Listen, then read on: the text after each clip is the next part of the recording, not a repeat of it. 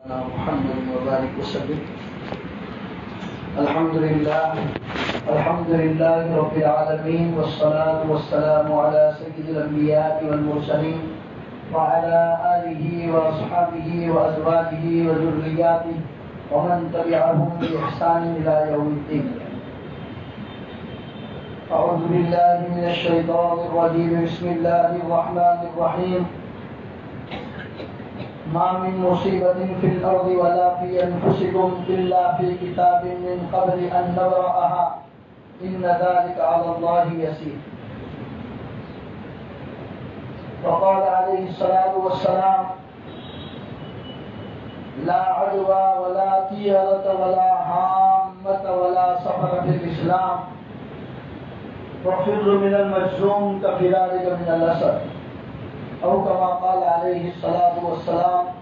صدق الله العظيم وصدق رسوله النبي الكريم ونحن على ذلك لمن الشاهدين والشاكرين والحمد لله رب العالمين. میرے محترم دینی بھائیو،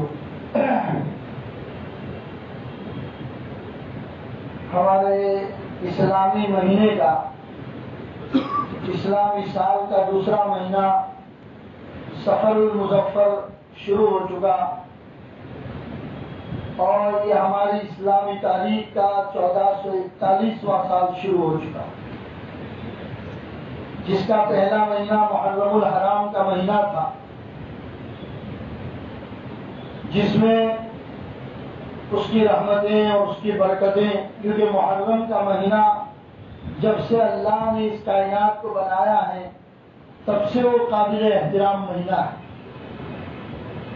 اور اس کے احترام کی باتیں بھی ہمارے سامنے آ چکی.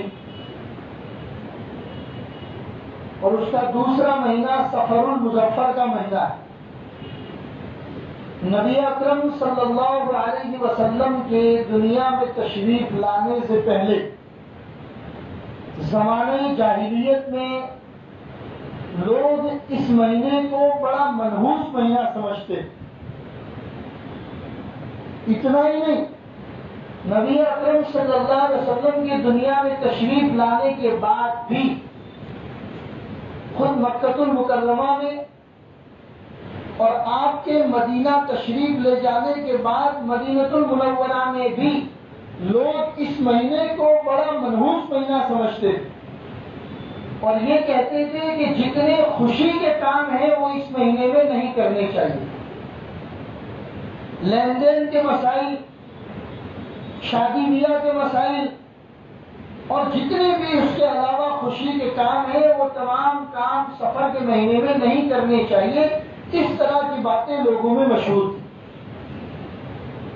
نبی اکرم صلی اللہ علیہ وسلم نے خود مکہ المکرمہ میں اور مدینہ المنورہ میں لوگوں کو سمجھایا کہ بھائی، تمام دین، تمام راتیں، تمام مہینے اور تمام سال، یہ تمام کے تمام اللہ کے پیدا کردہ ہیں. کسی دین میں یا کسی مہینے میں برکت کا آ جانا اور کسی دین میں اور کسی مہینے میں نحوست کا آ جانا یہ انسانوں کا اپنی طرف سے پیدا کردہ ہے. اللہ نے ایسی کوئی باتیں ارشاد نہیں فرمائی. ہاں، کسی دین میں، کسی مہینے میں اللہ اس کو برکت والا کہے، یہ الگ بات کہ بھی جمعہ کے دن میں دیگر دنوں کے مقابلے میں اللہ کی طرف سے قبولیت کی گھڑیاں زیادہ ہوتی ہے. محرم کا مہینہ اللہ کے نزدیک قابل احترام مہینہ ہے، یہ اللہ نے بنایا.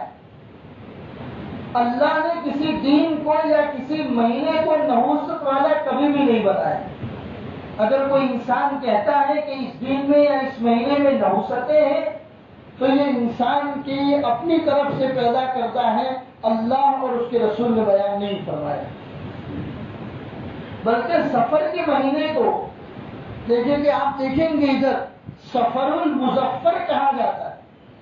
جیسے محرم کے مہینے کو ہم کہتے ہیں محرم الحرام، تو اسی طریقے سے سفر کے مہینے کو سفر المظفر کہا جاتا ہے. اور مظفر کے معنی ہے کامیابی کے. مظفر ایک عربی لفظ ہے اور اس کے معنی آپ تلاش کریں گے لغت میں تو آپ کو پتا چلے گا. مظفر کے معنی ہے کامیابی کے. سفر المظفر یعنی کہ کامیابی والا مہینہ. یہ جو باتیں ہیں لوگ اپنی طرف سے کہ سفر کے مہینے میں نحوستیں ہیں، اس میں اچھے کام نہیں کرنے چاہیے. ارے بھائی یہ تو غیروں کے طریقے ہیں. ہمارا جب سفر کا مہینہ آتا ہے، اسلامی مہینہ جب سفر کا مہینہ آتا ہے، تب غیر قوم کا بھادروے کے بعد کا مہینہ آتا ہے. غیر قوم جو ہے جو دیگر مہینے مانتی ہے، کارتک، ماگشیر وغیرہ، پوش، مہا، سود وغیرہ جو مہینے غیر قومی مانتی ہیں، تو یہ بھادروے کے بعد کا مہینہ ہوتا ہے ان کا، جب ہمارا سفر کا مہینہ ہوتا ہے. اسی لیے دیگر قوموں میں جو دھارمک قسم کے لوگ ہیں، مذہبی قسم کے لوگ ہیں، جب آپ ان سے ملاقات کریں گے تو وہ کہیں گے بھی ہم ڈیل نہیں کریں گے. ابھی ایک صاحب ہمارے دائرہ ارکم کے اوپر والے جو عمارت ہے جس کو احمد بھائی بھاڑے سے چلاتے ہیں، ایک صاحب اس کو دیکھنے کے لیے آئے تھے، ڈیل کرنے کے لیے آئے، تو ان کے منہ سے ایک جملہ میں نے اپنے کانوں سے سنا. انہوں نے کہا کہ آپ معلوم کر لیجئے کتنے میں دینا ہے، کیا کرنا ہے. ویسے ہم لوگ اس مہینے میں سودا نہیں کر سکتے. یہ اس کا جملہ میں نے اپنی کان سے سنا. اس مہینے میں ہم سودا نہیں کر سکتے، سودا ہم بعد کے مہینے میں کریں گے، اس مہینے میں ہم سودا نہیں کر سکتے. کیوں نہیں کر سکتے بھائی؟ جب ڈیپ میں گئے، گہرائی میں گئے تو پتا چلا کہ ان کے وہاں ایسے عقیدے ہیں، اس کو وہ جوڑتے ہیں ہمارے سفر کے مہینے کے ساتھ. اور ان کا کہنا ہے کہ اس مہینے میں کسی بھی چیز کا لین دین کرنا، ڈیل کرنا، معاملات کرنا یہ اچھی بات نہیں ہے، اور اس کے اندر گھاٹا ہی گھاٹا ہوتا ہے. اس طرح کی باتیں وہ لوگ کرتے ہیں، حالانکہ اسلام میں ایسا ہے. میں آپ کو تفصیل سے کچھ باتیں بتانا چاہتا ہوں. ہمارا جو اسلام ہے، مذہب اسلام کتنا پاکیزہ مذہب ہے میرے بھائی. اگر اللہ نے اس کے علاوہ کچھ بھی نہ دیا ہوتا، خالی اتنا دیا کہ ہمیں مسلمان بنایا، بس اس کو یاد کر کے پوری زندگی اس کے سامنے سجدے میں اور شکر میں گزار دیتے تب بھی کم. کتنا بڑا اور کتنا پاکیزہ اور کتنا بہترین مذہب بغیر مانگے اللہ تبارک و تعالیٰ نے ہم کو عطا کی. ایک اسلامی معاشرے میں پیدا فرمایا. آنکھیں کھولی تو پہلے کان کے اندر اذان، دوسرے کان کے اندر اقامت. کتنی بڑی بات. یعنی جب آنکھیں کھولی دنیا میں آئے تو ہمارے کانوں نے سب سے پہلے کوئی بات سنی تو وہ اللہ کی کبریائی کو سنا. اللہ اکبر، اللہ اکبر، اشہد ان لا الہ الا اللہ، اشہد ان محمد رسول اللہ. یہ ہمارے کان نے سب سے پہلے یہ باتیں سنی. کتنی پیاری چیز اور کتنا پیارا دھرم، مذہب اور کتنا پیارا معاشرہ اللہ نے ہم کو عطا فرمایا. اس پر شکریہ ادا کرنا چاہیے میرے بھائی. انسان کو جب بھی کبھی بیٹھے، کبھی یاد آ جائے، مسجد میں بیٹھے ہیں، یاد آ جائے اللہ تیرا شکر ہے، تیرا شکر ہے کہ تم نے مجھے مسلم معاشرے میں پیدا فرمایا، اسلام جیسا پاکیزہ مذہب عطا فرمایا. تیرا شکر ہے کہ تم 5 وقت دین میں ہماری چوٹی پکڑ پکڑ کے ہمیں مسجد میں لاتا ہے اور کہتا ہے کہ آؤ چلو نماز ادا کرو. تیرا شکر ہے. اور اس بات کو یاد کر کے 2 رکعت صلاۃ شکریہ انسان کو پڑھنی چاہیے میرے بھائی. یہ جو اسلام کا مذہب ہے ہمارا، اور اسلام کے مذہب کی جتنی چیزیں ہیں اس کو 5 حصوں میں تقسیم کیا ہے. اور اس میں سب سے پہلے نمبر پہ جس کو رکھا ہے وہ ہے عقائد. سب سے پہلے چیز کے اوپر جس کو رکھا ہے وہ ہے عقائد. عقائد تو ہم اور آپ اپنی زبان کے اندر اگر کہیں گے تو اس کو کہیں گے ماننا. کسی بھی چیز کو ماننا. آپ نے اللہ کو ایک مانا، آپ نے محمد رسول اللہ کو اپنا نبی مانا، اور آپ نے مان لیا کہ اللہ ہی ہمارا معبود ہے. ہاں، ہم ایک کیا ہزاروں جانیں بھی اگر آئے گی تو کٹا دیں گے اس بات کے اوپر کہ اللہ ہی ہمارا معبود ہے. اللہ کے علاوہ کوئی آدمی اگر ہمیں دوسرے معبود کی طرف بلاتا ہے تو ہم اس سے جنگ کرنے کے لیے تیار ہیں. اللہ ہی ہمارا معبود ہے، اس کے علاوہ کسی اور بات میں کمپرومائز کرنے کے لیے ہم تیار نہیں. یہ ہمارا عقیدہ ہے. اسی لیے ہمارے بچے جن اسکولوں میں جاتے ہیں، یاد رکھو میرے بھائیوں، میں بار بار کہتا ہوں تمہارے بچے جب شام کو اسکول سے گھر آئیں تو انہیں پورے دین کی ایکٹیویٹی معلوم کرو. بچوں کو پوچھو بچوں کیا پڑھایا ہے تمہیں. تمہاری اسمبلی جس کو ہم اپنی گجراتی زبان میں پرارتھنا بولتے ہیں، تمہاری اسمبلی میں تمہیں کیا کیا پڑھایا جاتا ہے؟ تمہیں پتا بھی ہے کہ نہیں پتا ہے؟ تمہاری اسکولوں میں جو تمہیں تمہاری زبانوں پر جو پرارتھنا، جو پویم اور اس طریقے کی جو بھی باتیں بلائی جاتی ہے، کیا بلائی جاتی ہے ہمیں بتاؤ، اپنے بچوں سے معلوم کرو۔ کیا تمہیں سوریہ نمسکار کروایا جاتا ہے کہ نہیں کروایا جاتا؟ اور اگر کرواتے ہیں تو بچوں یاد رکھو، سوریہ نمسکار ہرگز مت کرنا، اور اس کی نقصان بچوں کو ان کے مائنڈ، ان کے دماغ کے حساب سے سمجھاؤ۔ کیا ہے سوریہ نمسکار؟ بچوں کو کچھ پتا نہیں ہوتا، بچے تو بچے ہوتے، انہیں جب اسکول کے ذمہ داران بتاتے کہ ایسا کرنا ہے، پورا کرنا ہے، بچے بیچارے کر دیتے۔ کیوں؟ ان کی افادیت اور ان کے نقصان ان کے ماں باپ نے کبھی انہیں بتایا ہی نہیں۔ ماں باپ کو پیسہ کمانے سے فرصت نہیں، ماں باپ نے کبھی بچوں کو بتایا ہی نہیں۔ بچوں کو بتاؤ کہ میرے بچوں، جب تمہارے اسکول کے ذمہ داران تمہیں سورج کی طرف منہ کر کے ہاتھ جھکانے کو یا بدن جھکانے کو یا جو بھی اس کی ایکٹیویٹی ہے وہ تمہیں کرنے کو کہیں، تو تم اپنے ایمانی حمیت کے ساتھ سختی سے منع کر دو، اپنے پرنسپل، اپنے ٹیچرز کو کہو کہ ہم یہ ہرگز نہیں کریں گے، ہمارے مذہبی اسلام کے خلاف ہے۔ کیوں خلاف ہے؟ بچے کو اس کے منہ سے بلواؤ، آپ کو اسکول جانے کی ضرورت نہیں، پیرنٹس کو اسکول میں جانے کی ضرورت نہیں ہے، آپ کا بچہ خود اپنے ٹیچر اور اپنے پرنسپل کو جواب دے گا۔ ہم اس لیے منع کرتے ہیں کہ اس طریقے کی بدن کی ایکٹیویٹی یا ہاتھ کو سوریہ کے سامنے کرنا، یہ ایک سلولی، ایک ہلکا سا میسج ہے اس بات کا، نعوذ باللہ، 1000 مرتبہ نعوذ باللہ، کہ ہم اللہ کے علاوہ اس آفتاب اور سورج کو بھی نفع اور نقصان کا مالک سمجھتے ہیں۔ یہ سلولی میسج ہے، یہ ہلکا سا میسج گویا کہ ہم دینے کی کوشش کرتے ہیں، لہذا ہم ہرگز نہیں کریں گے۔ یہ بات آپ اپنے بچوں کے کانوں میں ڈالو، ان کے ذہن و دماغوں میں ڈالو، ان کو پکا کرواؤ، ان کے عقائد کو مضبوط کرو۔ میرے بھائیوں، ترقی کرتے کرتے چاند پہ چلے جاؤ، لیکن اگر تمہارے ایمان کا ٹھکانہ نہیں ہے تو ایسی ترقی کے اوپر ایک بار نہیں 1000 مرتبہ تھوکتے۔ کیا کام کی اس ترقی کی جو ترقی تمہیں اپنے اللہ سے دور کر دے، جو ترقی تمہیں محمد رسول اللہ کے دیدار سے دور کر دے، جو ترقی تمہارے پل صراط پر تمہارے پاؤں کو ڈگمگا دے، جو ترقی تمہیں پیارے رسول کے ہاتھ سے آتے کوثر نصیب نہ کرے، ایسی ترقی کس کام؟ تھوکتے ہم، لات مارتے ہیں ایسی ترقی کو۔ اپنے عقائد کو مضبوط کرو۔ ہمارا جتنا اسلام ہے، کہ میں دوسری ٹاپک پہ چلا گیا عقائد کو بتانے کے لیے، ورنہ میں بتانے کی کوشش یہ کر رہا تھا کہ ہمارا جو پورا اسلام ہے، ان پورے اسلام کو 5 حصوں میں تقسیم کیا ہے، اور ان 5 حصوں میں سب سے اول نمبر پر، اعلیٰ کیٹیگری، فرسٹ نمبر پہ کوئی چیز آتی ہے تو وہ ہے اسلامی عقائد۔ مجھے اور آپ کو جب بیٹھے تو ہمیں اپنے عقائد جھنجھوڑنے کی ضرورت ہے۔ جب آپس میں بیٹھے ہیں تو اپنے عقائد کو جھنجھوڑو، میرا ایمان، میرا عقائد مضبوط ہے کہ نہیں؟ اگر میرا ایمان مضبوط ہے، اللہ تیرا شکر ہے کہ اس بھٹکتی ہوئی انسانیت کے اندر بھی آپ نے میرے ایمان کو محفوظ رکھا ہے۔ میرے عقیدے مضبوط ہے، میں اپنے اللہ کے علاوہ کسی اور کو معبود نہیں سمجھتا، میں محمد رسول اللہ کو آخری نبی مانتا ہوں، اور میں اس کے علاوہ کسی اور کو دنیا میں چاہے وہ چمکتے ہوئے ستارے اپنے ہاتھ میں لے کر آ جائے تب بھی میں کسی کو نبی ماننے کے لیے تیار نہیں ہوں۔ یہ میرا عقیدہ ہے، اس عقیدے کو مضبوط کرو۔ اور اس کے بعد دوسرے نمبر پر معاملات، معاشرات، ایمانیات، یہ تمام دوسرے، تیسرے اور چوتھے نمبر پر، اور آخر کے اندر اخلاقیات آتے ہیں، لیکن اول نمبر پر آتا ہے عقیدہ۔ محمد رسول اللہ صلی اللہ علیہ وسلم نے جب آپ کو نبوت ملی، کیا مطلب نبوت ملی؟ اللہ نے ایک نیا دین عطا فرمایا محمد رسول اللہ کو، جس کا نام تھا دین محمدی، دین حنیف، دین اسلام۔ یہ اللہ تبارک و تعالیٰ نے اپنے نبی کو عطا فرمایا۔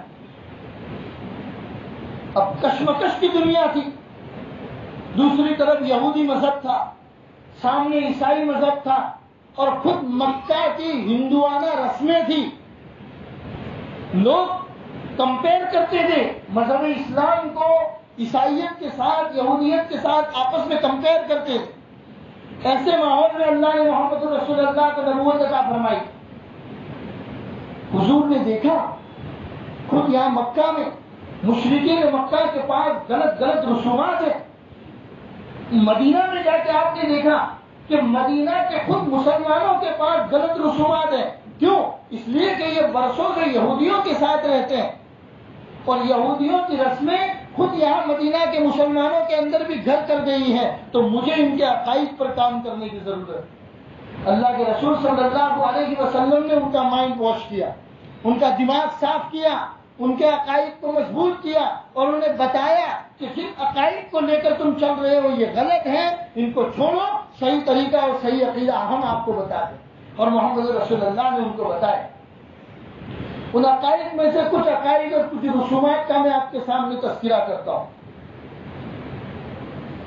اور یہ اس لیے تذکرہ آپ کے سامنے کرتا ہوں کہ آج کل بھی لوگ اس کو برا سمجھتے ہیں غیر قوم کے اندر، اور کیونکہ ہم لوگ بھی غیر قوموں کے ساتھ رہتے ہیں، معاملات کرتے ہیں، معاشرات چلتے ہیں، لین دین ڈیل وغیرہ کاروبار ہمارا ان کے ساتھ ہوتا ہے، ان کے فنکشنوں میں اور ان کے خوشی اور غم میں شریک ہونا ہوتا ہے، وہ بھی ہمارے خوشی اور غم میں ہونا چاہیے، بھائی چارگی محبت ہے ہونی چاہیے، لیکن رسومات آہستہ آہستہ ہمارے معاشرے کے اندر یہ آ رہے ہیں جو بہت بری چیز۔ مثلا غیر قوموں کا رواج، گھر سے نکلا، کالی بلی سامنے آ گئی، کالی بلی نے راستہ کاٹ لیا، اگر وہ کسی چیز کی خریداری کے لیے جا رہے، کسی معاملے کے ڈیل کرنے کے لیے جا رہے، واپس آ جاتے۔ ان کے کہتے ہیں کالی بلی یا کالے کتے کا راستہ کاٹ لینا یہ اب شگن سمجھا جاتا ہے، جس کو بدفعلی اردو میں کہا جاتا ہے کہ یہ تو بدفعلی ہے، ایسا نہیں ہونا چاہیے۔ کالی بلی نے راستہ کاٹ لیا، کالے کتے نے راستہ کاٹ لیا، ہماری ڈیل ٹھیک نہیں ہوگی، ہمارا کاروبار صحیح نہیں چلے گا، لہٰذا واپس آ جاؤ۔ گھر میں آتے ہیں، گھر کے مٹکے کا پانی لے کے راستے میں ڈالتے ہیں، اپنا منہ وغیرہ دوبارہ دھوتے ہیں، پھر اس کے بعد گھر سے نکلتے ہیں۔ ہمارے وہ مسلمان بھائی جو ایمان اپنے آپ کو مسلمان تو کہتے ہیں لیکن اسلامی طریقوں سے دور ہے، آہستہ آہستہ وہ لوگ بھی ان چیزوں کے شکار ہو رہے۔ کچھ لوگ گھر میں پالا ہوا کوئی پرندہ ہے، کبوتر وغیرہ، تو اس کو اڑاتے ہیں، اگر وہ پرندہ داہنی طرف اڑتا ہے تو کہتے گھر سے نکلنا چاہیے، معاملہ کرنا چاہیے، ڈیل کرنی چاہیے، یہ اچھی چیز۔ اگر یہ پرندہ بائیں طرف اڑتا ہے تو کہتے ہیں نہیں کرنا چاہیے، ڈیل نہیں کریں گے، ڈیل کینسل کر دو، گھر سے نکلنا کینسل کر دو، تھوڑی دیر بعد نکلیں گے یا ڈیل آئندہ کسی دن میں کریں گے۔ اس طرح کے لوگوں کے عقیدے ہیں، آپ کو شاید نہیں، یہ تمام چیزیں نہیں معلوم ہوگی، لیکن نبی اکرم اور یہ آج سے نہیں ہے، یہ اللہ کے رسول کے زمانے سے اور حضور سے پہلے بھی لوگ اس طرح کے عقیدے رکھتے تھے۔ بخاری شریف کی روایت ہے، نبی اکرم صلی اللہ علیہ وسلم نے فرمایا لا ادوا ولا طیرۃ ولا حامۃ ولا سفر فی الاسلام۔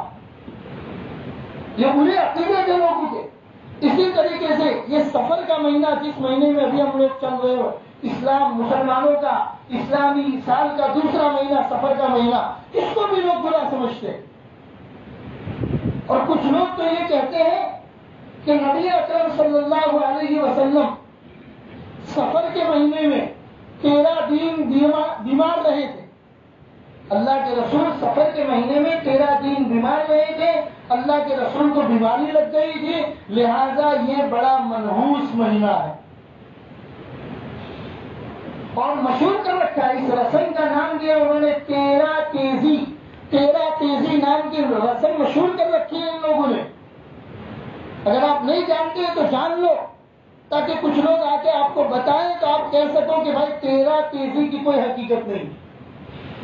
اور کہتے ہیں سفر کے مہینے کے پہلے 13 تاریخ تک جو دن ہیں وہ بڑے منحوس دن ہیں، ان دنوں کے اندر خوشی کا کوئی کام نہیں کرنا چاہیے، شادی بیاہ منگنی وغیرہ کچھ اور کام نہیں کرنا چاہیے، حالانکہ اس کی کوئی حقیقت نہیں۔ رسول اکرم صلی اللہ علیہ وسلم کو جو بخار آیا تھا وہ سفر کے بالکل آخری دنوں میں آیا تھا، اور ربیع الاول کے شروع کے دنوں میں آپ کو بخار لگی تھی۔ سفر کے مہینے میں آپ بیمار نہیں ہوئے تھے، چنانچہ جو لوگ کہتے ہیں کہ سفر کے مہینوں میں ابتدائی دنوں میں اللہ کے رسول کو بخار آیا تھا اور حضور بیمار ہوئے تھے، یہ لوگ غلط بات کہتے ہیں۔ ربیع الاول کے ابتدائی دنوں میں اللہ کے رسول صلی اللہ علیہ وسلم بیمار رہے تھے، اور وہ کل ملا کے 11-12 دن تک اللہ کے رسول بیمار رہے تھے، اور اس کے بعد آپ نے دنیا سے پردہ فرما دیا۔ سفر کے مہینے میں اللہ کے رسول بیمار ہوئے ہی نہیں. جن لوگوں نے اللہ کے رسول کی بیماری کی طرف منسوخ کر کے تیرا تیزی کی رسم جو شروع کی ہے وہ غلط طریقہ ہے اور غلط رسم. تو اللہ کے رسول نے فرمایا لا عدوى ولا طیرۃ ولا حامۃ ولا سفر بالاسلام. یہ جو کہتے ہیں کہ چیپی روگ ہیں، ایک کی بیماری دوسروں کا لگنا، ایسے اس کی کوئی حقیقت نہیں. اللہ کے رسول نے فرمایا ایک کی بیماری دوسرے کو لگنا کوئی حقیقت نہیں ہے. پرندوں کو اڑا کر نیک پھالی اور بد پھالی، شگن اور اپشگن، یہ تمام چیزیں طے کرنا اس کی کوئی حقیقت نہیں ہے. سفر کے مہینے کو منحوس سمجھنا اس کی کوئی حقیقت نہیں. ارے اللہ کے رسول نے تو مسلمانوں کے عقیدے کو مضبوط کرنے کے لیے آگے والی یہ بات فرمائی پھر من المجذوم کفرارک من الاسد. جس آدمی کو کوڑی لگ جاتی ہے، کوڑی کی بیماری لگ جاتی ہے، اس کے بارے میں اللہ کے رسول نے فرمایا مجذوم سے ایسے بھاگو جیسے کہ تم شیر کا نام سن کر بھاگتے ہو. کیوں بھاگنے کو کہا؟ اس لیے کہ اگر تمہیں بھی کوڑی کی بیماری لگنے والی ہوگی اور تم اس کوڑی کے پاس کھڑے ہوں گے اور مان لو تمہارے مقدر میں وہ بیماری لکھی ہوئی ہے اور وہ بیماری تمہیں لگ گئی، تو تم کل لوگوں کے بیچ میں یہ کہتے پھرو گے کہ بھئی میں تو اس کے پاس کھڑا تھا اس لیے وہ بیماری مجھے لگ گئی. اللہ کے رسول نے دروازہ ہی بند کر دیا. پھر وہ من المجذوم کفرارک من الاسد، ایسے کوڑی کے پاس کھڑے مت رہو تاکہ تم کھڑے رہو نا، بیماری تمہیں لگے نا، اور بیماری اگر لگ بھی جائے تو تم اپنے منہ سے یہ بات بولو ہی نا کہ میں اس کے پاس کھڑا رہا تھا اس لیے مجھے بیماری لگ گئی. چنانچہ نے فرمایا جہاں پلیگ کی بیماری پھیلتی ہے، طاعون کی بیماری پھیلتی ہے، اس علاقے کے بارے میں اللہ کے رسول نے کیا فرمایا؟ جہاں پر پلیگ اور طاعون کی بیماری پھیلی ہوئی ہے اگر تم وہاں پر ہو تو وہاں سے باہر مت نکلو، اور اگر تم باہر ہو تو وہاں پر جہاں وہ بیماری پھیلی ہوئی ہے وہاں جاؤ ہی مت. کیوں؟ اگر تم گئے تو تم یہ بات کہنا شروع کر دو گے کہ میں اس کے پاس کھڑا تھا اس لیے وہ بیماری مجھے لگ گئی. اگر تم وہاں تھے اور وہاں سے نکل کر باہر آؤ گے تب بھی تم یہ بات کہنا شروع کر دو گے کہ میں تو وہاں سے آیا تھا اس لیے بیماری میری وجہ سے دوسرے لوگوں کو لگ گئی. لہٰذا میرے بھائیوں، اسلامیات، آپ نماز تو پڑھ لیتے، آپ زکات تو ادا کر لیتے، حج ادا کر لیتے، روزہ رکھ لیتے ہیں، لیکن اسلامیات جس کو کہا جاتا ہے، جس کے تحت اسلامی عقائد ہوتے ہیں، ان اسلامی عقائد کو مضبوط کرنا ضروری ہے. اس کی طرف اللہ کے رسول صلی اللہ علیہ وسلم نے دھیان دلایا، توجہ دلائی کہ آپ اپنے اسلامی عقائد کو مضبوط کرو. اور قرآن کریم کی آیتوں میں اللہ تبارک و تعالیٰ نے جا بجا یہ باتیں ارشاد فرمائی کہ اگر پوری دنیا مل کے تمہیں نقصان پہنچانا چاہے لیکن اللہ نے تمہارے لیے بھلائی کا ارادہ کر دیا ہے تو پوری دنیا آپ کو نقصان تو کیا، نقصان کے ایک بار بھی آپ کا وعدہ نہیں کر سکتی. اور پوری دنیا مل کے اگر آپ کو بھلائی پہنچانے کا ارادہ کرے لیکن اللہ نے آپ کو نقصان پہنچانے کا ارادہ کر دیا ہے تو پوری دنیا اس نقصان سے آپ کو بچا نہیں سکتی. یہ ہے اسلامی عقیدہ، یہ ہے اسلامیات، اور اس کو مضبوط کرنے کی ضرورت ہے میرے بھائی. قرآن کریم کی آیت میں آپ کو پڑھ کر سناؤں جس میں اللہ تبارک و تعالیٰ ارشاد فرماتے ہیں ما اصاب من مصیبت فی الارض، زمین میں جب بھی کوئی مصیبت اترتی ہے، ولا فی انفسہم، اور تمہاری ذاتوں کو کوئی تکلیف پہنچتی ہے تو یاد رکھو الا فی کتاب من قبل ان نبرأها، ارے یہ مصیبت تو آج تمہارے اوپر آئی لیکن تمہاری مقدر میں اس مصیبت کو اللہ نے اس دن لکھ دیا تھا جس دن تم پیدا بھی نہیں ہوئے. اللہ تبارک و تعالیٰ نے جس وقت قلم کو پیدا فرمایا انسانوں کی تقدیر لکھی نہیں گئی تھی. ارے انسانوں کے باپ، انسانوں کے دادا حضرت آدم علیہ السلام ابھی پیدا بھی نہیں ہوئے تھے. اس وقت اللہ تبارک و تعالیٰ نے قلم کو فرمایا کہ اس دنیا میں آنے والے تمام انسانوں کی تقدیر کو لکھنا شروع کر دیا. اور قلم نے حضرت آدم علیہ السلام سے لے کر قیامت کی صبح تک جتنے انسان اس کائنات میں آئیں گے ان تمام انسانوں کی تقدیر کو قلم نے اس دن لکھ دیا تھا. اور تقدیر کے لکھنے کے بعد اللہ تبارک و تعالیٰ نے فرمایا رفعت الاقلام وجف القلم بما هو فيه، اب اللہ نے قلم کو اٹھا دیا ہے اور قلم نے جو تمہارے مقدر میں تھا وہ تمام چیزیں لکھ دی۔ تمہاری اولاد اور تمہاری نسلیں جو ابھی بعد میں پیدا ہونے والی ہیں ان کی بھی تقدیر اللہ تبارک و تعالیٰ نے لکھ دی ہے۔ پھر یہ کہاں سے بات ہو گئی کہ ہم نے یہ کام کیا تھا اس لیے یہ مصیبت آئی اور ہم نے یہ کیا تھا اس لیے یہ رحمتیں اتری۔ ظہر الفساد فی البر والبحر بما کسبت ایدی الناس، قرآن کریم کے 21ویں پارے کے 7ویں رکوع میں اللہ تبارک و تعالیٰ نے صاف باتیں ارشاد فرما دی، ظہر الفساد فی البر والبحر بما کسبت ایدی الناس، سمندر میں اور خشکی میں جتنے بھی فساد پھیلے ہیں وہ تمہارے بدعمالیوں کی وجہ سے پھیلے ہیں۔ یہ کوئی سفر کے مہینے کی وجہ سے نہیں ہے کہ تم یہ کہہ دو کہ سفر کا مہینہ بڑا منحوس مہینہ ہے، اس مہینے کے اندر مصیبتیں اترتی ہیں، اس مہینے کے اندر نحوستیں اترتی ہیں، ایسا کچھ نہیں ہے۔ یہ جو بھی ہوتا ہے وہ تمہارے بدعمالیوں کی وجہ سے ہوتا ہے۔ قرآن کریم میں صاف اللہ نے ارشاد فرمایا، اور یہ آیت جو میں نے آپ کو پڑھ کر سنائی اللہ تبارک و تعالیٰ نے اس میں فرما دیا کہ جو بھی مصیبت تمہاری ذاتوں پر یا تمہاری جانوں پر اترتی ہیں اللہ تبارک و تعالیٰ نے اس کو تمہارے لیے مقدر کر رکھا ہے۔ تو سفر کے مہینے کی وجہ سے نہیں ہے کہ آپ سفر کے مہینے کو نحوست سمجھو اور کہو کہ اس نحوست کی وجہ سے ہوتا ہے۔ لہذا میرے بھائیوں اپنی ایمانیات کو مضبوط کرو، اپنی اسلامیات کو مضبوط کرو، اپنے عقائد کو مضبوط کرو۔ ایسا کوئی نہیں ہے کہ کسی نے آ کے کوئی من گھڑت بات آپ کو سنا دی اور آپ نے اس کے اوپر یقین کر لیا، پھر آپ کے ایمان کی مضبوطی کی کیا بات ہے؟ نبی اکرم صلی اللہ علیہ وسلم کی پوری تعلیمات اور صحابہ کی جو پرورش اللہ کے رسول صلی اللہ علیہ وسلم نے کی تھی، جب آپ گہرائی کے ساتھ اس کا مطالعہ کریں گے تب آپ کو پتہ چلے گا اللہ کے رسول صلی اللہ علیہ وسلم مسلمانوں کو ایسا پیارا اور بہترین معاشرہ دینا چاہتے تھے کہ جس معاشرے میں مسلمانوں کا ایمان مضبوط ہو، ان کا اسلام مضبوط ہو، ہر کوئی ایرا گہرا نتھو ٹھہرا آ کر تمہیں آ کے کوئی بات بتا دے اور تم اس پر یقین کر لو اور تمہارے ایمان کے لالے پڑ جائیں۔ حضرت عمر فاروق رضی اللہ تعالیٰ عنہ کے زمانے میں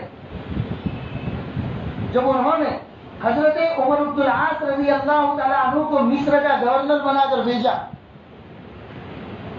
تو آپ نے دیکھا کہ مصر کے اندر ایک رسم چلتی ہے، سال میں ایک مرتبہ دریائے نیل، مصر کا سب سے بڑا دریا، جیسے کہ ہمارا بھروچ میں دریائے نرمدا ہے تو اسی طریقے سے مصر کا سب سے بڑا دریا دریائے نیل ہے جو بڑی تیزی سے بہتا ہے، لیکن سال میں ایک مرتبہ اس دریائے نیل کا پانی کم ہو جاتا تھا بلکہ ختم ہو جاتا تھا، اور لوگوں میں یہ عقیدہ تھا کہ اگر ہم اپنے علاقے کی جوان اور خوبصورت لڑکی کو اس دریائے نیل کے حوالے کر دیں، اس کی بلی چڑھا دیں تو دریائے نیل بہنا شروع ہو جائے گا۔ چنانچہ جب حضرت عمرو بن العاص مصر پہنچے، مصر کے تمام لوگ جمع ہو کر حضرت عمرو بن العاص کے پاس آئے اور انہوں نے اپنی رسم بیان کی کہ ہم ہر سال ایک جوان اور خوبصورت لڑکی کو دریائے نیل کی بلی چڑھاتے ہیں، تب جا کے دریائے نیل پورے سال اچھے طریقے سے بہتا ہے اور ہم کھیتی باڑی اچھے سے کر پاتے ہیں، لہذا اس سال بھی ہم کسی جوان لڑکی کی بلی چڑھانا چاہتے ہیں۔ تو حضرت عمرو بن العاص نے کہا کہ یہ تو ہمارے اسلامی عقیدے کے خلاف ہے، اسلام میں ایسی کوئی بات نہیں ہے کہ کسی لڑکی کو بلی چڑھا دی جائے اور بلی چڑھانے کی وجہ سے دریائے نیل بہنا شروع کر دے۔ چلو کوئی بات نہیں ہے، ہم حضرت عمر فاروق کو خط لکھتے ہیں۔ چنانچہ انہوں نے حضرت عمر فاروق کو خط لکھا، حضرت عمر فاروق نے اس خط کا جواب بھی دیا اور جواب کے اندر ایک چھوٹی سی چٹھی بھیجی۔ خط میں لکھا تھا کہ یہ چٹھی دریائے نیل کے اندر ڈال دینا۔ چنانچہ وہ چٹھی حضرت عمرو بن العاص نے تمام لوگوں کو ساتھ میں لے کر گئے اور وہ چٹھی چھوٹی سی چٹھی تھی، اس کو دریائے نیل کے اندر ڈال دی۔ جیسے ہی انہوں نے اس چٹھی کو ڈالا دریائے نیل تیزی کے ساتھ بہنا شروع ہو گیا، پتہ ہی نہیں چلا پانی کہاں سے آ گیا اور دریائے نیل انتہائی تیزی کے ساتھ بہنا شروع ہو گیا۔ لوگوں نے حضرت عمرو بن العاص سے پوچھا کہ ارے بھائی حضرت عمر نے چٹھی میں کیا لکھ کر بھیجا ہے، ذرا خط میں پڑھو تو صحیح۔ خط میں پڑھا تو پتا چلا چٹھی میں لکھا تھا حضرت عمر فاروق نے کہ اے دریائے نیل، اگر تو اپنی ذات سے اور اپنے ارادے سے بہتا تھا تو بند ہو جا، تیری ہمیں کوئی ضرورت نہیں. اور یہ دریائے نیل اگر تو اللہ کے حکم سے بہتا تھا تو تجھے آج بھی بہنا ہی پڑے گا، کیونکہ تجھے میرا اللہ، تیرے اندر پانی میرا اللہ چلاتا ہے. تجھے اپنی ذات، تیری ذات کی کوئی طاقت نہیں ہے کہ تو بہے اور بند ہو جائے. اگر تجھے میرا اللہ بہاتا تھا تو آج بھی تجھے بہنا ہی پڑے گا. چنانچہ اللہ کا حکم تھا، حضرت عمر بن الخطاب نے وہ چٹھی ڈالی، دریائے نیل تیزی کے ساتھ بہنا شروع ہو گیا. لہٰذا میرے بھائی، اس سے پتا چلا مصر والوں کا جو عقیدہ تھا وہ ختم ہو گیا. انہوں نے اپنی آنکھوں سے دیکھ لیا کہ کسی لڑکی کو بلی چڑھانے کی کوئی ضرورت نہیں. لہذا ہمیں بھی میرے بھائیوں، سفر کا مہینہ، کوئی یہ سمجھتا ہے کہ سفر کا مہینہ منحوس مہینہ ہے، نعوذ باللہ، اس میں نحوست اور تکلیفیں اور حالات اترتے ہیں، تو ایسی کوئی بات نہیں ہے. حالات ہم اپنے بدعمالیوں کی وجہ سے پیدا کرتے ہیں. سفر کے مہینے کو تو سفر المظفر کہا گیا ہے، اور مظفر کے معنی ہے کامیابی کا مہینہ. لہذا ایسے برے عقیدوں سے اپنے آپ کو پاک کرے. ایسی جو بھی غلط رسمیں لوگوں کے اندر چل پڑی ہیں، آپ کو ان تمام رسموں کو اپنے معاشرے سے ختم کرنا ہوگا اور بتانا ہوگا لوگوں کو کہ سفر کا مہینہ کوئی منحوس مہینہ نہیں ہے، یہ لوگوں نے اپنی طرف سے بہایا ہے. تمام مہینے، تمام دن اللہ کی پیدا کرتے ہیں، اور اللہ تبارک و تعالیٰ ہی اگر چاہتے ہیں تو بیماری اتارتے ہیں، اور اللہ تبارک و تعالیٰ جب چاہتے ہیں تو رحمتیں اتارتے ہیں. اللہ تبارک و تعالیٰ ہمیں اپنے اسلامیات اور اپنے عقائد کو مضبوط کرنے کی توفیق عطا فرمائے، کیونکہ یہی ہمارا ایمان ہے میرے بھائیوں. اگر ایمان مضبوط ہوگا تب اللہ کے حضور کل جا کے پیش ہو سکیں گے، اور اگر ایمان ہی مضبوط نہیں رہا تو اللہ حفاظت فرمائے. یا اللہ کے، یا دنیا کے رجسٹروں میں تو ہم مسلمان لکھے جائے، لیکن جب اللہ کے سامنے پہنچے تب پتا چلا کہ ہمارے پاس تو ایمان ہی نہیں ہے، تو اس دن پچھتانے سے کوئی فائدہ نہیں ہوگا. اللہ ہم سب کے ایمان کو مضبوط فرمائے، ہمارے عقائد کو مضبوط فرمائے، ہمارے اولاد اور نسلوں کو عقائد کو مضبوط فرمائے. اور شروع میں جیسے میں نے اپنی باتیں کہی کہ اپنے بچے جب اسکول سے گھر آئے تو آپ ان کی خبر لو، اس لیے کہ اسکولوں میں سوریہ نمسکار کے نام پر ایسی ایسی حرکتیں ہمارے بچوں سے کروائی جاتی ہیں جو ڈائریکٹلی یا انڈائریکٹلی یا سلولی میسج کے طور پر ہمارے بچوں کو ایمانیات سے ہٹا کر کسی غیر قوم کی تہذیب، کلچر کی دعوت دی جا رہی ہے. لہذا آپ اپنے بچوں کو سمجھائیں، اور میں بار بار کہتا ہوں سمجھائیں نہیں، آپ اپنے بچے کو بٹھا کر اس کے ایمانیات کو ایسا مضبوط کریں کہ آپ کا بچہ اپنے پرنسپل کو اور اپنے ٹیچر کو خود جواب دے دے، پیرنٹس کو اسکول میں جانے کی نوبت ہی نہ.